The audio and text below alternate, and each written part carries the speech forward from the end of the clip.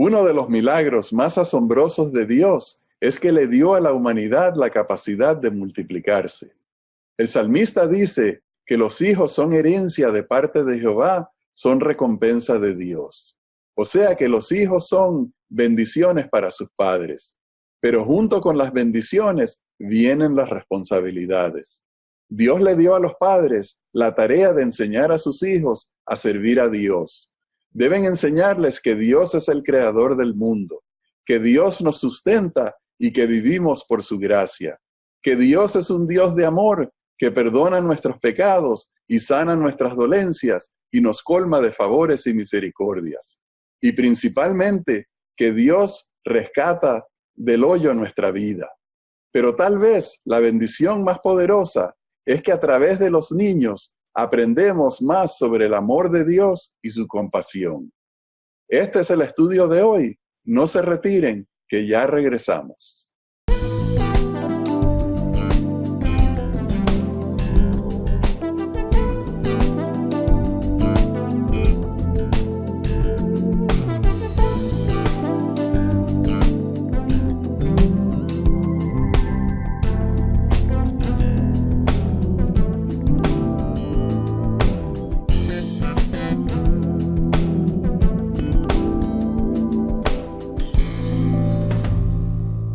Hola, apreciados hermanos, bienvenidos a Perspectiva Bíblica. Y Johnny, hoy tenemos el tema de tiempo para ser padres. Un placer saludarte, Rafael. Ciertamente es un privilegio ser padres y le pedimos a Dios que ayude a todos los padres y a todas las madres que están viendo este programa, especialmente en estos meses que se celebran esos días de padre y madre, tanto en Estados Unidos como en Latinoamérica. ¿Comenzamos con oración? Sí, vamos a orar. Querido Padre Celestial, estamos agradecidos por tus misericordias y bendiciones. Rogamos el don de tu Espíritu Santo en estos momentos. Ayúdanos a abrir nuestra mente y nuestro corazón al Evangelio para acercarnos más a ti. Lo rogamos en el nombre de Jesús. Amén. Amén. Pues, Rafael, la lección comienza con el verso de memoria. He aquí, herencia de Jehová son los hijos, cosa de estima el fruto del vientre. Y esta idea de que los hijos son una herencia está basado en el concepto del nacimiento. Y lo primero que deseamos enfocar con respecto al texto, después vamos a volver a la información teológica. ¿Qué quiere decir nacer? En la Real Academia Española de la Lengua tenemos una definición. Dicho de un ser vivo, salir del vientre materno, del huevo o de la semilla. Es decir, que es una apertura, un movimiento de descubrimiento. Este concepto de que el nuevo nacimiento es un descubrimiento, es una promesa, nos hace pensar en la idea de diseño, cuando dice que es una bendición que viene de parte de Dios. Y esa idea es la que vamos a estar examinando a través de esta lección. ¿Qué implicaciones tiene esto? Tú estuviste conversando conmigo acerca de unos padres que no queda definido qué institución para mantener la anonimidad. Pero ¿podrías relatar esa experiencia brevemente para que nuestra audiencia se ponga en sintonía con respecto al pensamiento? Un profesor me contó en una ocasión la historia de que su hija estaba embarazada con gemelos y cuando fue al control médico le hicieron una prueba y le informaron que ambos iban a nacer con síndrome de Down. Y entonces le ofrecieron a ella hacer un aborto, pero ella se quedó espantada ante tal ofrecimiento y les dijo que no, que estos niños, a pesar de esa condición, eran regalos, eran dones de Dios y que ella los iba a amar y los iba a criar como dones de Dios. Y cuando su abuelo, el profesor compañero mío, me contó, él también me dijo con mucho orgullo, esos son los tesoros que Dios me dio. Y este concepto, Rafael, es directamente relacionado al concepto de nacer. Y este es un concepto que desde la escuela elemental aprendemos en la clase de biología, que los seres vivos nacen, crecen, se reproducen y mueren. Este aforismo es muy general y mantiene toda su actualidad aún de adultos. ¿Cómo se nacía en un lugar sin pecado? Bueno, Johnny, esa es una experiencia que el ser humano no conoce, porque nosotros sabemos que desde el mismo vientre somos formados en pecado, según nos informa la Escritura. Eso es muy cierto. Y hay quienes piensan que hay descontinuidad completa, aún descontinuidad biológica. Hay quienes imaginan que la biología cambió por causa de la introducción del pecado. Pero la mayoría de los teólogos hoy en día, teólogos contemporáneos, consideramos y pensamos que hay continuidad, no descontinuidad. Y sí tenemos detalles bíblicos de los cuales podemos aprender. ¿Qué tal si vamos a Génesis 3:16? A la mujer dijo, multiplicaré en gran manera tus dolores en tus preñeces. Con dolor darás a luz los hijos, y tu deseo será para tu marido, y él se enseñoreará de ti. Dice entonces, multiplicaré. Y esta palabra está enfatizada. Entonces, ¿le dolería aún antes de pecar y después del pecado dolería más? Dicho sea de paso, al hombre le dijeron, con dolor comerás y espinos y cardos te producirás. Pero antes de ver esta dualidad, esta paridad, mejor dicho, esta paridad entre el hombre y la mujer y el dolor, enfaticemos un poquito más con respecto a la idea de multiplicar. ¿Cómo te parece a ti? Yo sugiero que este texto lo que nos está revelando es que antes de nacer sí dolía. Es decir, el proceso era el mismo. El espermatozoide entraba, con el óvulo se juntaba, se formaba el cigoto, crecía el bebé y este crecimiento producía inconformidad, moviendo los intestinos porque el bebé está empujando y está moviendo y desplazando los órganos internos de la mujer y eso produce incomodidad como mínimo, dolor como máximo y dolor agudo en algunas mujeres. A ver, ¿cómo tú lo imaginas, Rafael? Bueno, yo me imagino que tiene que haber cierta incomodidad porque el cuerpo cambia de ser un cuerpo solitario, por llamarlo así, a un cuerpo que está gestionando, está gestando, quiero decir, a otro ser. Obviamente hay muchos cambios, hay demandas en el cuerpo, hay cambios de peso. Tiene que haber esa incomodidad y si hubo dolor o no, nosotros sabemos por nuestras propias experiencias con nuestras esposas y por lo que dijo el Señor Jesús, que luego del parto todo eso se olvidaba por el gran gozo del milagro de la vida, de ver otro ser venir al mundo. Correcto. El detalle este es importante, Rafael, porque nos hace pensar en qué quiere decir perfección. Y nos da ayuda a visualizar nuestra experiencia del corriente. Otra pregunta que se podría hacer sería, ¿era posible antes del pecado que nacieran niños con síndrome de Down? Hay quienes fácilmente descartan esta idea y dicen que no, que eso es imposible. Pero la pregunta es válida y no la vamos a contestar porque en perspectiva bíblica no tenemos acceso a respuestas universales que vienen de parte de Dios. Digo, yo no tengo acceso. ¿Tú tienes acceso, Rafael, a esas respuestas? Bueno, lo que tenemos es las cosas reveladas que Dios nos ha dado y nos podemos imaginar, ¿verdad? Podemos especular acerca de cuál era la voluntad de Dios, de cuál era el plan de Dios. Y lo que sí tenemos es, y yo sugiero, y a ver si tú estás de acuerdo conmigo, que al decir multiplicaré implica directamente que ya había dolor, pero ahora iba a ser un dolor mayor. Y eso me hace pensar en continuidad entre antes del pecado y su biología y después del pecado y su biología. Hay una complicación mayor y vamos a ver por qué esa complicación. Pero antes de visualizar lo de la complicación mayor con respecto a lo biológico, me parece importante introducir la complicación con respecto a las relaciones humanas. Hay quienes imaginan, de hecho mi esposa Clara se imaginaba que al casarnos, automáticamente por ser cristianos y por yo ser estudiante de teología y ella tener un menor en religión, íbamos a estar sonriendo todo el matrimonio. Llevamos 40 años sonriendo y llorando, y riéndonos y llorando junto a estas dos ideas. Y pregunta, ¿te imaginas tú que Adán y Eva, si nunca hubieran introducido el pecado, siempre iban a estar de acuerdo en todo lo que dijeran? ¡Ay, sí, Adán, qué buena idea! Y Eva, ¡oh, sí, qué buena idea!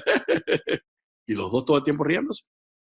Bueno, Johnny, Dios los hizo dos seres pensantes, independientes, con voluntad propia, y aunque podemos imaginarnos que había armonía, que no existía el pecado, que el egoísmo no estaba, no había roto los planes de Dios, sí podemos pensar que cada uno tenía pensamientos independientes, que tendrían diferencias de opinión y que en algunos casos tendrían que negociar, tendrían que ponerse de acuerdo para, en algunos casos, uno complacer al otro y en el otro caso, el otro complacer al uno.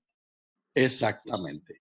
Y eso está implicado en Génesis 3, 16 al 19, donde dice, tu deseo será para tu marido. ¿Qué deseaba Eva antes y qué es desear al marido? Dicho sea de paso, al hombre le dijeron, maldita será la tierra por tu causa, y él se enseñoreará de ti. Dicho sea de paso, al hombre le dijeron, con dolor comerás de ella todos los días de tu vida, y con el sudor de tu rostro comerás. Es decir, Rafael, que tanto el hombre como la mujer fueron afectados por el pecado. Pero volviendo a hacer la pregunta, entonces, cuando Dios le dijo a Adán y Eva, al hombre y a la mujer, a Ish y a Isha, que trabajaran la tierra y que sojuzgaran el planeta, implicaba eso que era magia, que ellos no sudaban y no pasaban trabajo. Me parece que la misma continuidad que había con respecto al dolor del parto, que se incrementó y se complicó por el pecado, existía desde antes. Lo mismo sucede con las relaciones humanas, con el trabajo. El hombre y la mujer, ambos están sometidos a ese diálogo y a esa tensión. Eso es lo que yo imagino, Rafael. Y eso es importante porque nos ayuda a entender cuál es el ideal para el día de hoy. Que hay quienes piensan que el ideal es sometimiento completo y lo que hacen es que el hombre somete a la mujer o la mujer somete al hombre y se hace a la voluntad de uno solo, porque se supone que si es de Dios y si son cristianos no hay discusión, y si hay discusión es porque hay pecado, y como yo tengo una opinión y tú tienes una opinión diferente a la mía es la de Dios y la tuya es la del diablo. Bueno, eso sería una posición extrema e innecesaria. Volviendo un poquito atrás al tema que habías presentado, Johnny, indudablemente la psicología humana requiere para nuestra paz, para nuestro bienestar, que nosotros tengamos significado en la vida, y eso se logra en muchos casos a través de los éxitos que tenemos. Por lo tanto, cuando Dios les dio a ellos trabajo, iba a ser un trabajo en el que tenían que esforzarse, un trabajo que tenían que planificar, un trabajo que no todo era tan sencillo como hacerle así a los dedos y todo se lograba, sino que ellos tenían que esforzarse con planeamiento, con dedicación, con esfuerzo, y entonces tener la satisfacción y el placer de ver el fruto de sus esfuerzos. Eso es una parte muy importante de nuestra psicología. Y luego del pecado, todavía nosotros entendemos cómo está esa necesidad, porque ciertamente las personas que no tienen la oportunidad de esforzarse y ver logros en su vida, de hallar algo significativo para hacer que le dé significado a su vida, son personas que están infelices y que están buscando de maneras no acertadas cómo encontrar la felicidad, tal vez con drogas, tal vez con comportamientos alocados, pero siempre el ser humano está buscando significado y justificación para su vida, y esa parte del trabajo es gran parte de la respuesta a esa necesidad. Qué importante lo que has dicho, Rafael. Veamos entonces Génesis 4, los versos 1 y 2. Conoció Adán a su mujer Eva, la cual concibió y dio a luz a Caín, y dijo, por voluntad de Jehová he adquirido varón. Después dio a luz a su hermano Abel, y Abel fue pastor de ovejas, y Caín fue labrador de la tierra. Entonces conoció Adán a su mujer Eva, es que quiere decir que concibió, que dio a luz, conocer, concebir, dar a luz. Conocer es el verbo designado para la relación sexual. Es un asunto de conocimiento, no de casualidad. Concebir es un diseño divino. Dar a luz es un diseño divino. Pregunta entonces, ¿Dios decide qué bebé va a nacer en cada oportunidad?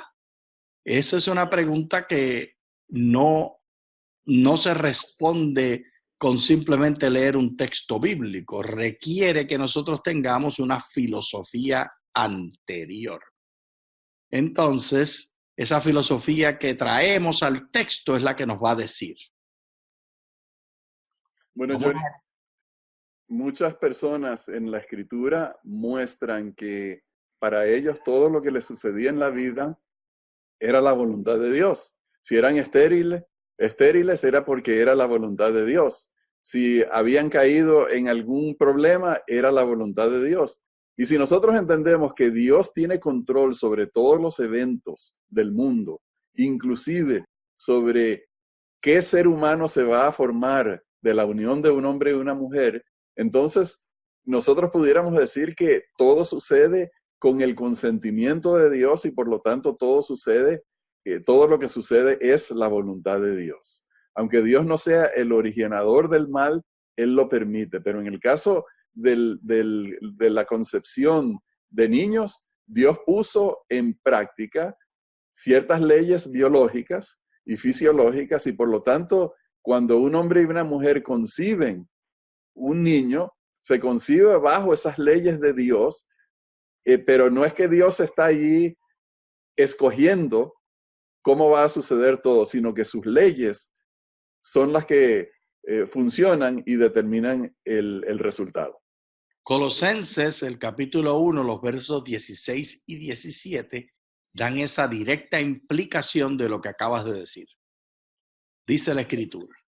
Porque por Él fueron creadas todas las cosas, las que hay en los cielos y las que hay en la tierra, las visibles y las invisibles, sean tronos, sean dominios, sean principados, sean potestades. Todo fue creado por medio de Él y para Él, y Él es antes de todas las cosas, y todas las cosas tienen consistencia en Él.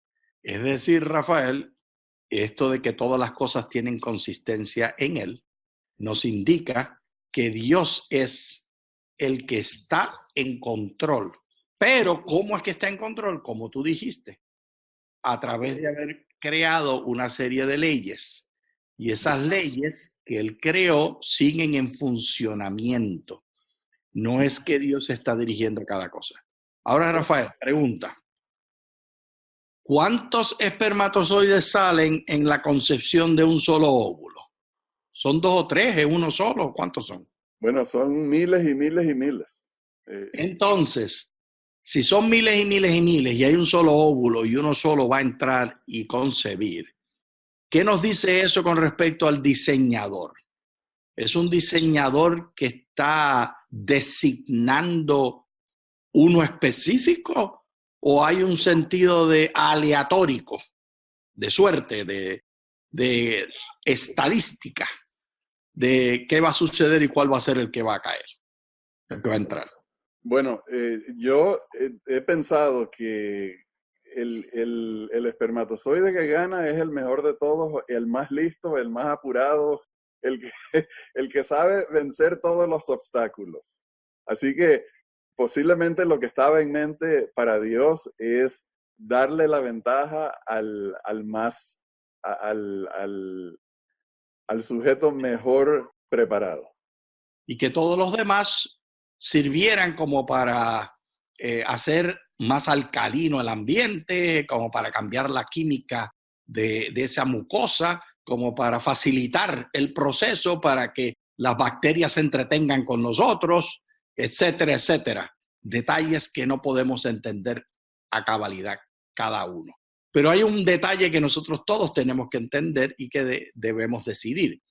Aquellos que piensan que hay un solo espermatozoide que Dios ya lo escogió de antemano, entonces tienen dificultad en entender también con respecto al libre albedrío. ¿Cuánta voluntad le da Dios a los seres humanos para que ellos decidan? Vámonos a leer acerca del libre albedrío y las leyes naturales. ¿Cómo funcionan las leyes naturales de biología, física y psicológicas? Salmo 127:2. Pues que a sus amados lo da Dios mientras duermes. ¿Cómo funciona el libre albedrío? A herencia de parte de Jehová son los hijos, recompensa de Dios es el fruto del vientre. ¿Qué implicaciones tienen estos dos textos de Salmo 127:2 y Salmo 127:3 y 4? La idea de que hay libre albedrío es una idea muy revolucionaria, porque implica que el propósito de Dios, la majestad de Dios, está manifestada en el intercambio entre el ambiente, el individuo y la biología, además de elementos de azar, elementos aleatóricos, de los cuales nadie tiene control específico. Y estas realidades son las que manifiestan lo que nosotros llamamos la voluntad de Dios. O la alternativa es pensar como Juan Calvino, que ya Dios decidió todo y hay una pantomima, un teatro que todos estamos haciendo. Y estas palabras que yo estoy diciendo ahora, ya Dios las había visto en los milenios y milenios anteriores, y yo lo que estoy cumpliendo es lo que Dios deseaba que yo dijera cuando yo lo quisiera decir, cuando Él decidió que yo lo quisiera decir. Es decir, que yo no tengo ninguna voluntad, que todo está en las manos de Dios. ¿Dónde tú te pones, Rafael, en esas dos ideas? Bueno, ya hemos conversado en ocasiones anteriores algunos de los conceptos de Calvino en cuanto a la predestinación, en cuanto a la libertad del ser humano. Y él ve una libertad bastante limitada en el sentido de que Dios escoge, Dios decide, Dios es el que determina y que el ser humano sencillamente está cumpliendo la voluntad de Dios. Sin embargo, a nosotros nos gusta pensar de una forma diferente. O sea, en la Escritura nosotros leemos que en realidad el ser humano tiene libertad para escoger o no, responder o no al llamado del Espíritu Santo y que nosotros tenemos el poder en nosotros de ser responsivos o responder positivamente al mensaje de Dios de salvación o rechazarlo en nuestra rebeldía. Y nosotros pensamos que esa es precisamente la posición que enseña la Escritura, porque Cristo dijo que Él vino a salvar a los que se habían perdido, que Él vino a dar su vida por los que estaban perdidos, para rescatarlos. Y que la Escritura nos dice a nosotros que no endurezcamos nuestro corazón, que no rechacemos el llamado, sino que respondamos, que cedamos a la influencia del Espíritu Santo. Y por lo tanto, eso indica que nosotros tenemos un rol muy importante que jugar en tomar la decisión. Gracias, Rafael. Si fuéramos a tomar la posición de Calvino, la verdad es que ese Dios yo no lo quiero de Dios.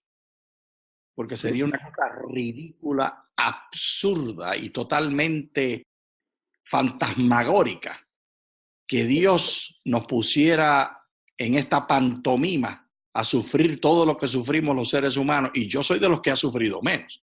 Tú y yo somos de los privilegiados.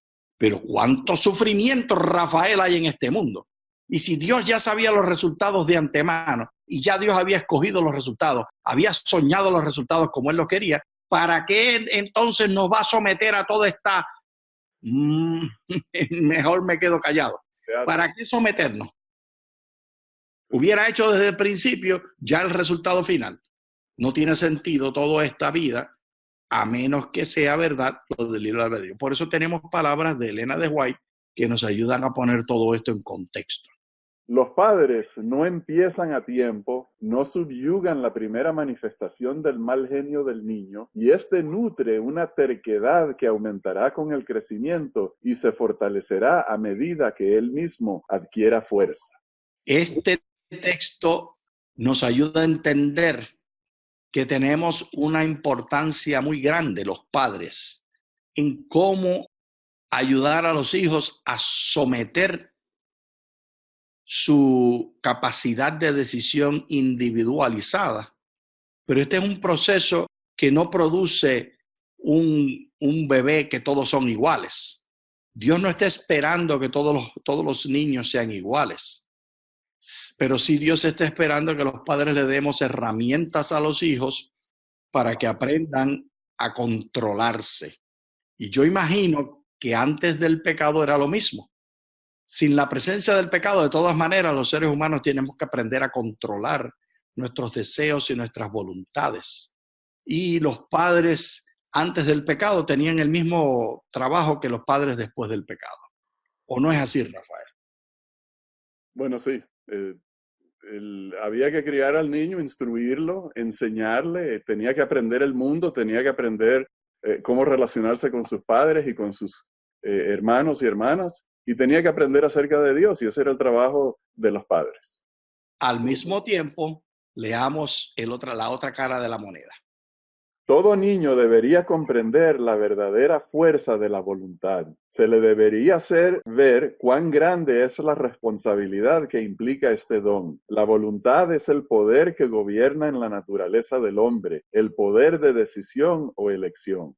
Todo ser humano que razone tiene la facultad de escoger lo recto. En toda vicisitud de la vida, la palabra de Dios nos dice: escogeos hoy a quién sirváis. Todos pueden poner su voluntad de parte de Dios, escoger obedecerle y así, al relacionarse con los instrumentos divinos, mantenerse donde nada pueda forzarlos a hacer mal.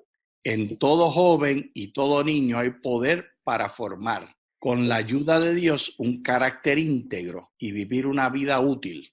El padre o el maestro que por medio de esta instrucción enseña al niño a dominarse, será utilísimo y siempre tendrá éxito. Tal vez su obra no parezca muy provechosa al observador superficial. Tal vez no sea tan apreciada como la del que tiene la mente y voluntad del niño bajo el dominio de una autoridad absoluta. Pero los años ulteriores mostrarán el resultado del mejor método de educación. Rafael, es importantísimo que entendamos que Dios no está buscando subyugar a los seres humanos, a los niños, y hacerlos soldaditos. Es importante notar que Elena de White dice que al observador, ¿cuáles son las palabras que ella usa para el observador? El observador superficial, el observador no cuidadoso. A ese le puede parecer que los niños que tienen voluntad propia, que contradicen a los padres, que hacen su propia elección, son niños malos, que fracasó el padre y la madre en someterlos. Pero, nos dice Elena de White, que la clave es que aprendan a decidir por sí mismos. Esa es la capacidad. Y esperemos que decidan por servir y seguir al Señor. Pero no pueden decidir servir al Señor cuando estén por sí mismos decidiendo en este mundo, si nosotros lo que le enseñamos fue someterse continuamente a la autoridad. Al salir de nuestra casa, donde ya nosotros no somos lo que le decimos cómo someterse, van a hacerse socios, van a asociarse con otro que los va a someter y ellos seguirán sometiéndose toda la vida. No serán nunca seres independientes que toman decisión por sí mismos. Dios ponga en nosotros, como padres, la capacidad de enseñar a nuestros hijos e hijas a decidir por sí mismos. Esa es mi oración, Rafael. Amén. Y bien, queridos hermanos, ya llegamos al final de esta lección. Les agradecemos por habernos acompañado y les deseamos muchas bendiciones de Dios. Muchas gracias.